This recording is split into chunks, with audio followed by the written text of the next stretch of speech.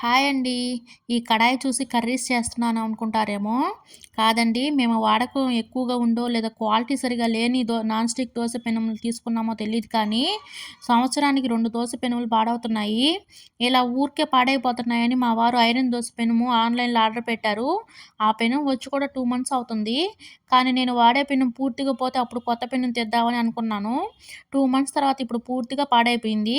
దోస అసలు రావట్లేదు. ఇంక కొత్త పెన్ను తెద్దామని ఓపెన్ చేస్తే కొంచెం కొంచెం తుప్పు వచ్చింది. ఏంటి ఇలా తుప్పు వచ్చిందని అమ్మకి ఫోన్ చేసి అడిగితే ఐరన్ పెన్ క్లీనింగ్ ప్రాసెస్ ఉంటుంది.